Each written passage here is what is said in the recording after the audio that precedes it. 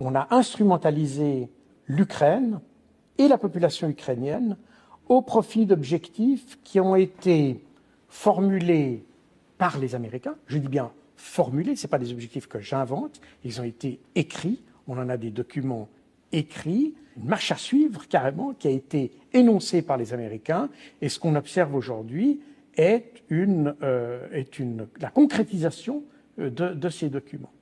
Dans ces documents, ou dans cette stratégie, si vous voulez, l'idée était d'isoler la Russie sur la scène internationale. Et en fait, on a utilisé à cette fin l'Ukraine et on l'a poussée jusqu'au conflit.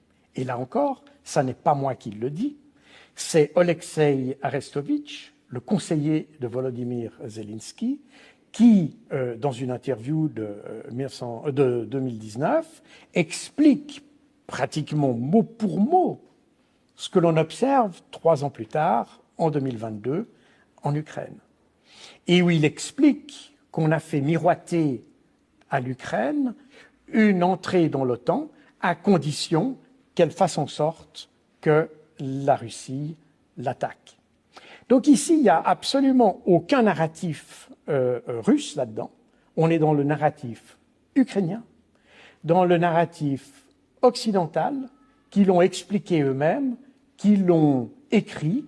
Simplement, ce qui se passe aujourd'hui, et c'est pour ça que j'ai écrit le livre, c'est que quand on juge le conflit, on a tout simplement effacé toutes ces, comment dire, ces projets ou ces plans ou ces stratégies qui sont sous-jacentes, de façon à ne laisser apparaître que l'offensive russe.